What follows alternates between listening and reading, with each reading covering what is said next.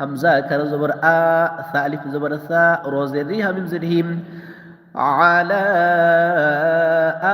আসারিহিম, হামজা লাম জের ইল, কি গুন্না হবে বলেন তো আমার সাথে, যারা লাইভে যুক্ত আছেন, এটা কি গুন্না? এই গুন্না নামটা বলেন, যারা আছেন আমার সাথে, তাহমিনা আক্তার, সাদি আফসানা, আসমা খান, যারা পারেন বলেন তো দেখি, এইটা কি গুন্না? এই গুন্নার নামটা কি হবে এখানে?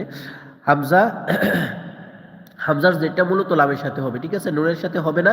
তার কারণ হলো নুনের উপরে সাকিন, নুন সাকিনের পরে লাম, নুন সাকিনের পরে কি আছে? লাম আছে। লাম হচ্ছে কিসের হরফ? লাম কিসের হরফ? ঈদগামে বেলাগুন্নার হরফ, ঠিক আছে।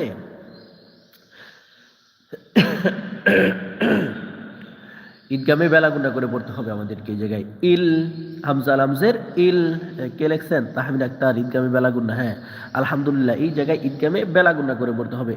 ইল, লাম মিম জবর লাম, ইল্লাম, এইভাবে, হ্যাঁ।